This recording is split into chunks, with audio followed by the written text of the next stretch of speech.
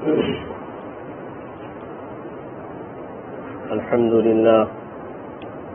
لله نحمده ونستعينه ونستغفره ونؤمن به ونتوكل عليه ونعوذ بالله من شرور أنفسنا ومن سيئات أعمالنا من يهده الله فلا مضل له ومن يضلله فلا هادي له ونشهد أن لا إله إلا الله وحده لا شريك له ونشهد أن سيدنا وسندنا ومولانا محمدا عبده ورسوله أرسله الله تعالى إلى كافة للناس بشيرا ونذيرا وداعيا إلى الله بإذنه وسراجا منيرا أما بعد فأعوذ بالله من الشيطان الرجيم بسم الله الرحمن الرحيم والذين جاهدوا فينا لنهدينهم سبلنا وإن الله لمع المحسنين صدق اللہ العظیم۔ بزرگان محترم اور میرے عزیز ساتھیوں، گزشتہ آپ حضرات کے سامنے دوسرے پارے کے دوسرے رکوع کے متعلق چند باتیں عرض کی تھی کہ صبر اور صلات کے ذریعے اللہ تبارک و تعالیٰ سے مدد حاصل کرے۔ آج کا یہ عنوان ہے، اسی سے کچھ جڑتا ہوا ہے۔ میں نے جو آیت کریمہ تلاوت کی ہے جس کا ترجمہ یہ ہے، اللہ تعالیٰ فرماتے ہیں کہ جو والذین جاہدوا فینا، جو ہمارے بارے میں، ہمارے کاموں کے بارے میں دین کے لیے جو کوشش کرتے ہیں، والذین جاہدوا فینا، دین کے معاملے میں، دین کو حاصل کرنے میں، اللہ کی محبت میں، اللہ کے رسول صلی اللہ علیہ وسلم کی محبت میں جو کوشش کرتے ہیں، والذین جاہدوا فینا لنہدینہم سبلنا، تو ہم ضرور بھی ضرور، یہ تاکید کے لیے ہے لام یہاں، جو عربی کے قواعد جو جانتے ہیں، لنہدینہم، کہ ہم ضرور بھی ضرور ان کو ہدایت عطا کریں گے، یعنی ان کے لیے ہم راستے کھولیں گے، دنیا کے بھی اور آخرت کے بھی۔ لنہدینہم سبلنا، اب یہاں دیکھو عربی کا جو استعمال ہے اور قرآن کے الفاظ کے جو استعمال ہوتا ہے اس کی ایک شان ہی الگ ہے۔ یہاں کوئی ایک راستے کا ذکر نہیں کیا، یہاں جمع کا صیغہ لائے کہ بہت سارے راستے اللہ تعالیٰ کھولیں گے۔ والذین جاہدوا فینا لنہدینہم سبلنا، کہ بہت سارے راستے، ایک دو راستے نہیں، بہت سارے راستے اللہ تعالیٰ ان کے لیے کھول دیتے ہیں۔ وَإِنَّ اللَّهَ لَمَعَ الْمُحْسِنِينَ، اور اللہ تعالیٰ محسنین، اللہ تعالیٰ کی معیت یہ محسنین کے ساتھ ہے۔ یہ آیت کا ترجمہ ہے۔ اب یہ جو مجاہدہ، یہ کیا ہے؟ علامہ نووی رحمۃ اللہ علیہ نے ایک باب قائم فرمایا ہے اپنی کتاب میں، باب فی المجاہدہ۔ مجاہدہ کے معنی ہے کوشش کرنا، محنت کرنا۔ اسی سے یہ جہاد بھی ہے، جس کو آج لوگوں نے غلط، اس کا الفاظ کے غلط استعمال کر رہے ہیں اور ہم لوگ بھی اس کو غلط طریقے سے سمجھتے ہیں۔ عربی میں جہاد، مجاہدے کا معنی لڑائی جھگڑا کرنا ہے ہی نہیں، اس کے لیے تو الگ الفاظ ہے، دوسرے لفظ ہے۔ یہ تو ہم لوگ اس کو جہاد کہتے ہیں۔ جہاد کے معنی ہے کوشش کرنا اور محنت کرنا، عربی کا جو لفظ ہے اس کے معنی ہے۔ تو یہ باب قائم فرمایا ہے، اور شریعت کی اصطلاح میں، قرآن اور سنت کی روشنی میں مجاہدہ کس چیز کو کہتے ہیں؟ تو قرآن اور سنت کی روشنی میں اور اسلاف کی اصطلاح میں، صوفیاء کرام کی اصطلاح میں، مجاہدہ کہتے ہیں کہ انسان اپنی زندگی کو درست کر لے، اس کے لیے محنت کر لے، اپنی زندگی کو ہدایت کے راستے پر ڈال دے، اپنی زندگی کو گناہوں سے بچا کر، کوشش کر کر، گناہوں سے بچ کر، محنت کر کر اپنی زندگی کو صحیح راستے پر ڈال دے، اس کو کہتے ہیں مجاہد۔ ہمارے یہاں مجاہد کا لفظ ہم لوگ دوسری طریقے سے سمجھتے ہیں، حالانکہ وہ غلط ہے۔ حدیث میں جناب نبی کریم صلی اللہ علیہ وسلم فرماتے ہیں، المجاہد من جاہد نفسہ، کہ مجاہد تو وہ ہے جو جہاد کرے اپنے نفس کے ساتھ، ہے نا۔ ہمارا جو نفس ہے، نفس کہتے ہیں، نفس اور خواہشات جس کو ہم کہتے ہیں، نفس اور خواہشات کو آپ کو سمجھاؤں میں کہ نفس اور خواہشات کہتے ہیں کہ جو بھی چیز ہمارے اندر ابھرتی ہے کسی کام کو کرنے کے لیے، لذت حاصل کرنے کے لیے، سکون حاصل کرنے کے لیے، راحت حاصل کرنے کے لیے کوئی چیز ہمارے اندر سے ابھرتی ہے، اس کو یہ نفس کی خواہشات کہتے ہیں۔ تو حدیث میں جناب نبی کریم صلی اللہ علیہ وسلم فرماتے ہیں کہ مجاہد تو وہ ہے جو اپنے نفس سے جہاد کرے۔ مطلب کیا ہوا؟ نفس سے جہاد کا مطلب یہ ہے کہ نفس سے جو خواہشات کی اور لذت کی، کہ انسان، ہر انسان میں ہوں، آپ ہیں، ہر انسان کے اندر ایک فطری چیز ہے کہ نفس ہمیں لذت کے کاموں کی طرف ابھارتا ہے، کہ اس میں مزہ آتی ہے۔ مثالیں بہت ساری ہیں، جیسے بھائی کسی کو فلم دیکھنے میں مزہ آتا ہے، کسی کو کامیڈی دیکھنے میں مزہ آتا ہے، کسی کو غلط چیزیں دیکھنے میں مزہ آتا ہے، کسی کو کسی اور چیز میں مزہ آتا ہے۔ تو یہ نفس کی خواہش ہے، یہ نفس کا ایک ابھار ہے کہ جو ہمیں ان لذتوں کی طرف ڈالتا ہے۔ اور کیوں ڈالتا ہے؟ کہ ہم کو اس سے، ہم یوں سمجھتے ہیں کہ اس سے ہم کو سکون مل رہا ہے، راحت مل رہی ہے۔ لذت حاصل انسان کیوں کرتا ہے؟ سکون حاصل کرنے کے لیے، راحت حاصل کرنے کے لیے آدمی اس کی کوشش کرتا ہے اور اس کی طرف وہ مائل ہوتا ہے۔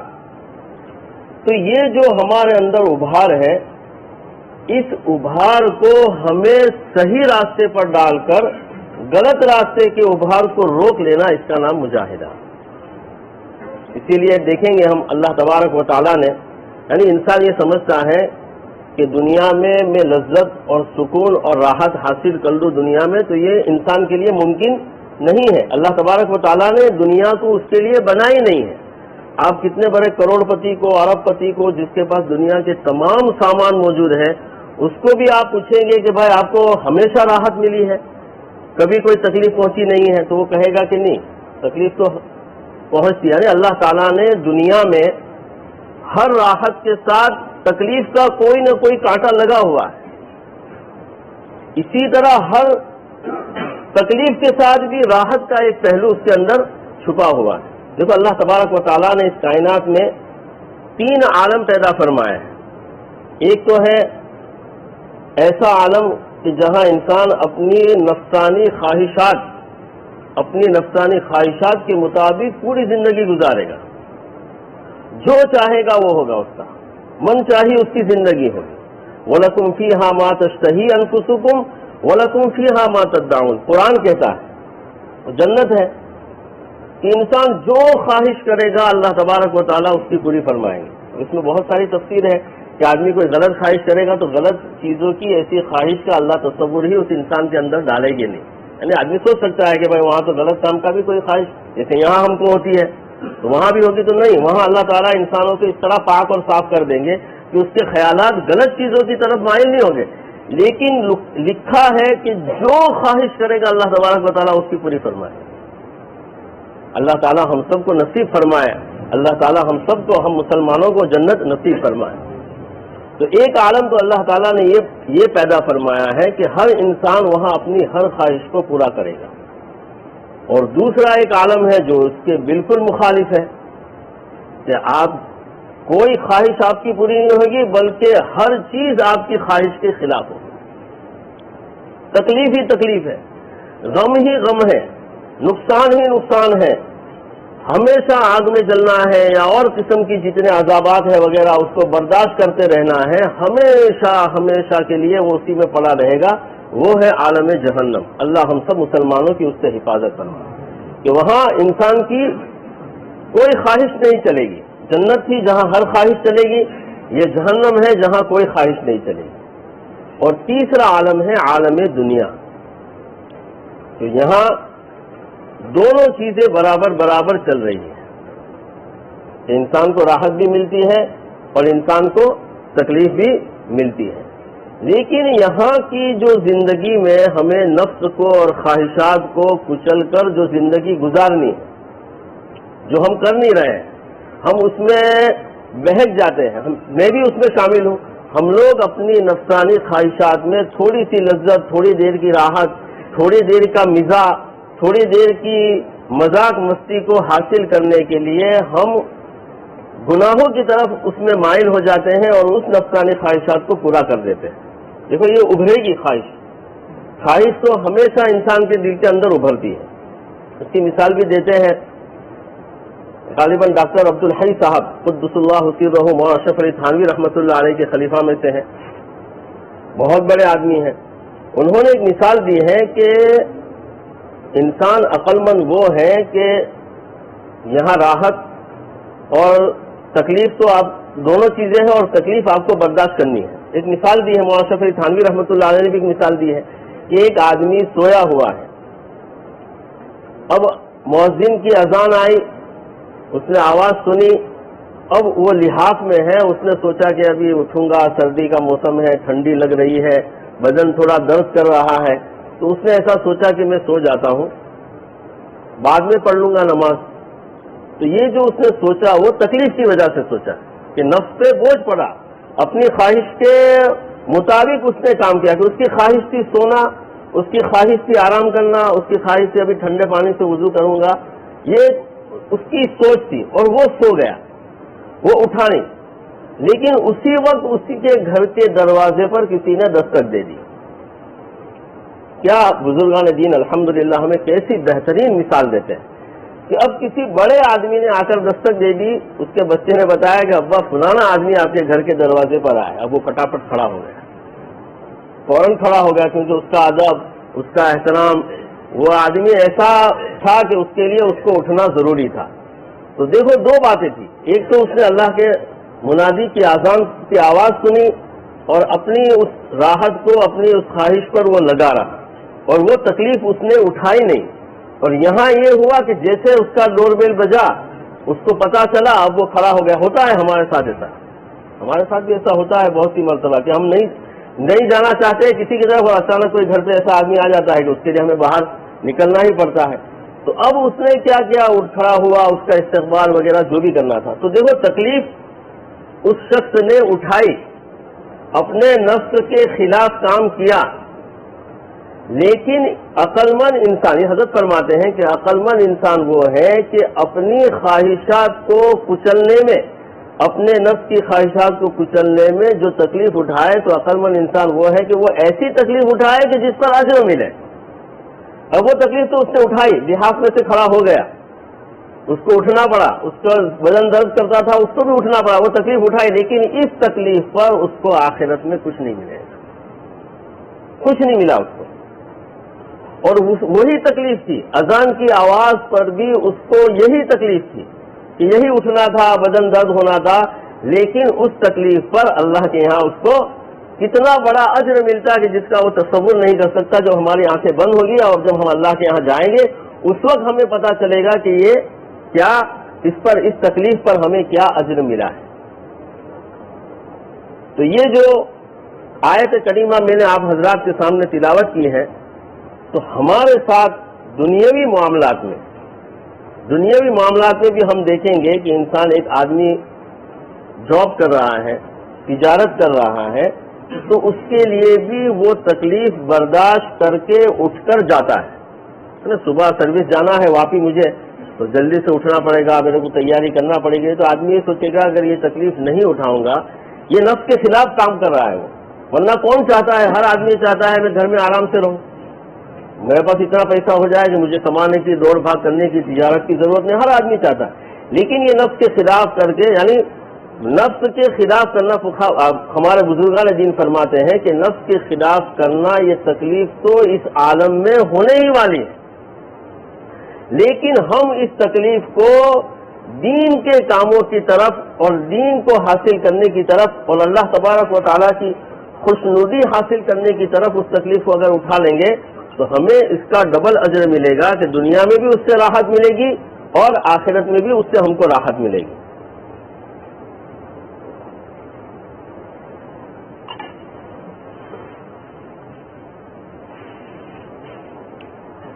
تو آگے اللہ تبارک و تعالیٰ اس آیت میں فرماتے ہیں کہ والذین جاہدوا فینا لنہدینہم سبلنا وان اللہ لمع المحسنین. اور اللہ تعالیٰ کی معیت یہ محسنین کے ساتھ ہو جائے گی. محسنین، اس کی یہ صفت احسان والے کو جو محسن کہتے ہیں، یہ ایک بہت اعلیٰ درجہ ہے محسنین کا، کہ ہمارا ہر کام اللہ کی محبت میں ہو، اللہ کے عشق میں ہو، اللہ کے رسول صلی اللہ علیہ وسلم کی محبت میں ہو، اور خلوص کے ساتھ ہو، للہیت کے ساتھ ہو. ہر عمل کے اندر خلوص اور للہیت کا ہونا یہ بہت زیادہ ضروری ہے، ورنہ ہم نے وہ عمل تو کیا. جیسے ایک آدمی ہے، اس کو نماز کی عادت نہیں ہے، لیکن اس نے محنت کی، کوشش کی، اس کو نماز کی عادت ہو گئی. اب نماز کی عادت ہوتے ہوتے ہوتے ہوتے ہوتے ہوتے ہم دیکھتے ہیں بہت ساروں کو نماز کی ایسی عادت ہو جاتی ہے کہ کبھی پتہ ہی نہیں چلتا کہ ہم کون سی نماز پڑھ رہے ہیں اور کون سی نماز کے لیے مسجد میں آیا. کبھی ایسا بھی ہوتا ہے کہ کون سی نماز کے لیے آیا ہے وہ بھی آدمی بھول جاتا ہے. تو عبادت سے پہلے عبادت کا تصور، اسی لیے دیکھو فقہاء کرام نے احادیث کی جتنی بھی کتاب ہے، غالباً عام متن جتنی بڑی بڑی کتاب ہے حدیث کی، اس کے شروع میں جو سب سے پہلی جو حدیث لائے ہیں وہ انما الاعمال بالنیات، کہ اعمال کا دار و مدار نیتوں پر ہے. تو ہم جو بھی عمل کریں گے دنیاوی اعتبار سے یا اخروی اعتبار سے، دنیاوی اعتبار سے جیسے کسی کی مدد کرنا ہے، کسی کے لیے ہم کام کر رہے ہیں، تو اس میں بھی ہمارے اندر دکھلاوا نہ ہو کہ لوگ میرے محلے والے یہ کہیں گے کہ یہ آدمی بہت دوڑ رہا ہے، یہ آدمی بہت لوگوں کی خدمت کر رہا ہے. ہاں آدمی کرتا رہے، اگر کوئی کہہ رہا ہے اس کی طرف اس کی توجہ نہیں ہونی چاہیے، اس کا خیال اس کی طرف نہ ہونا چاہیے. ہاں اللہ کے لیے کر رہا ہے اور لوگ پھر اس کی تعریف کر رہے ہیں تو اس سے کوئی حرج نہیں ہے. تو یہ جو آدمی بھی نماز کے لیے آتا ہے یا دین کے جتنے کاموں کے لیے آتا ہے تو اس وقت ہم اپنی نیتوں کو بالکل درست کر لیں، نیتوں کو ہم بالکل صحیح کر لیں. اور پھر ایک مقام ایسا آ جاتا ہے کہ انسان کو عبادت سے بڑھ کر اس کے لیے کوئی چیز نہیں ہوتی. جیسے ایک آدمی ہے، جب اس کو نماز کی لذت حاصل ہو گئی اور نماز کو وہ سمجھ گیا ہے اور نماز کیا چیز ہے اس کو اس نے سمجھ لیا ہے، اب آپ اس آدمی کو کہو کہ آپ ظہر کی نماز مت پڑھو، میں آپ کو 2000 روپے دوں گا، وہ مانے گا؟ وہ آدمی نہیں مانے گا.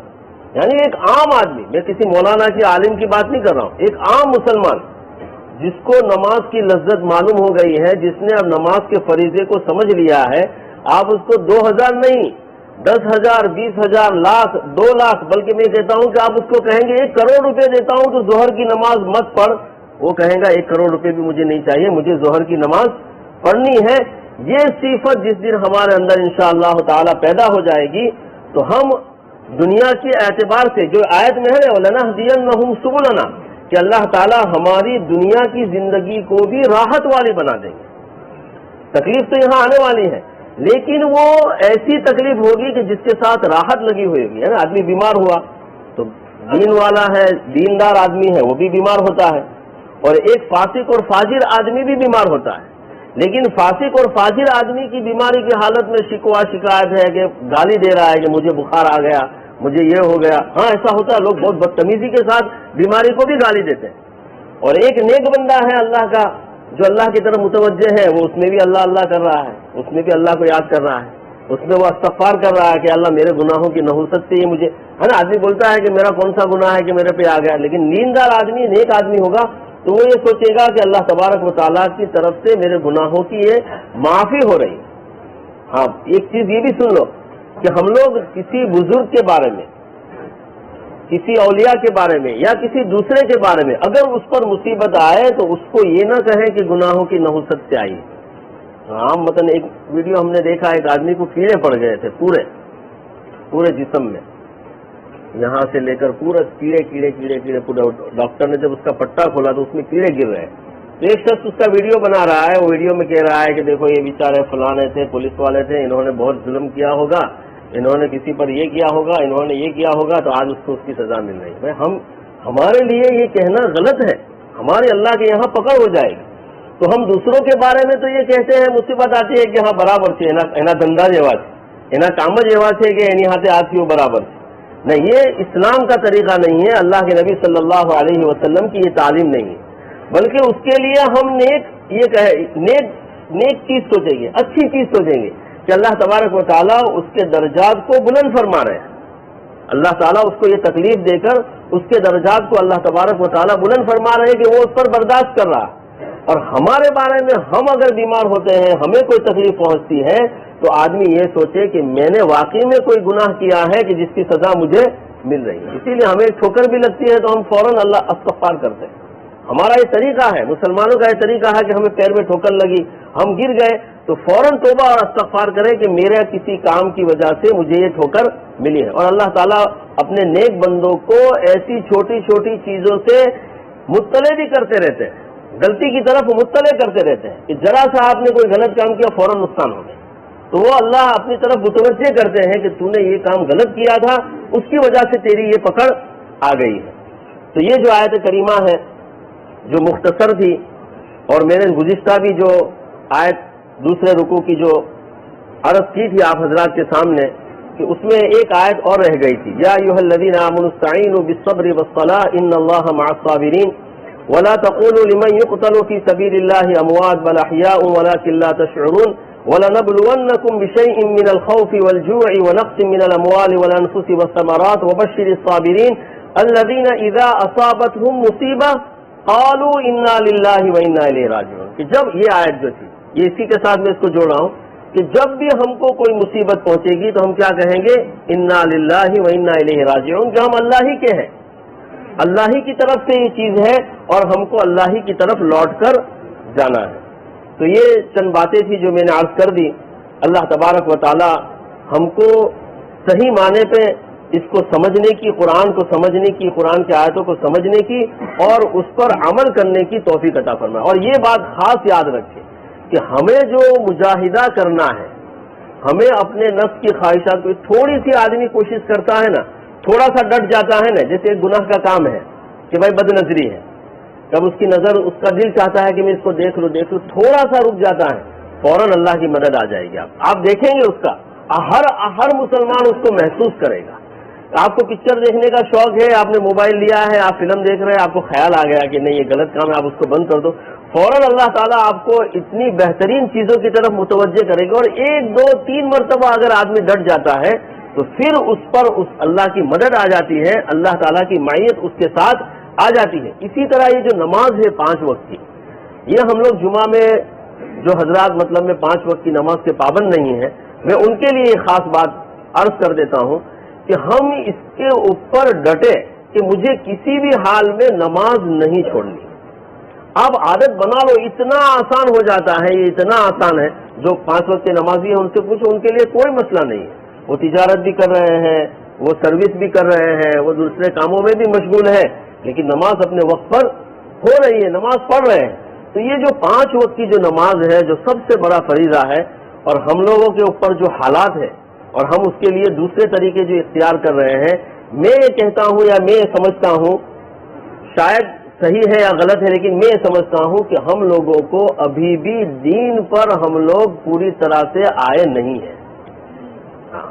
ہم لوگ کا جو مطلب میں دین کے موٹی جو چیزیں، جو فرائض ہیں، جو اخلاقیات ہیں، اس پر بھی ہم لوگ ابھی آئے نہیں. اگر ہم لوگ اس پر آ گئے تو اللہ تعالیٰ کی معیت اور اللہ تعالیٰ کی مدد ہم لوگوں کے ساتھ انشاءاللہ ایسی آئے گی کہ ہمیں دوسرے کچھ کام کرنے کی ضرورت بھی نہیں پڑے گی. جو جس طرح کے سے جو حالات ہو رہے ہیں، اور کبھی کچھ نوجوان ہمارے ایسے کام کر دیتے ہیں، ایسے کاموں سے پہلے ہم یہ سوچیں کہ میں اللہ تعالیٰ کے احکام پر اور میں اسلام پر کتنا جمع ہوا، میں اللہ کے نبی صلی اللہ علیہ وسلم کے طریقے کے مطابق کتنی زندگی میں اپنی زندگی کو حضور پاک صلی اللہ علیہ وسلم کے طریقے پر جی رہا ہوں کہ میں دوسروں کے لیے غلط سوچوں. وہ جو ہمارے لیے اور ہمارے قرآن کے لیے اور اسلام کے لیے جو باتیں، جو بےہودگی کی باتیں جو کرتے ہیں، وہ ہم لوگوں کی وجہ سے کر رہے ہیں، ہمارے اخلاق کی وجہ سے اور ہماری بے اعمالی کی وجہ سے وہ ہماری طرف ایسی سب باتوں کو کر رہے ہیں. اگر ہم صحیح ہو گئے، میری یہ سوچ ہے کہ اگر ہم دین پر صحیح آ گئے، دین کو ہم 100% زندگی میں لے آئے، تو انشاءاللہ اللہ تبارک و تعالیٰ ان قوموں کے لیے بھی ہدایت کا ذریعہ کھول دیں گے.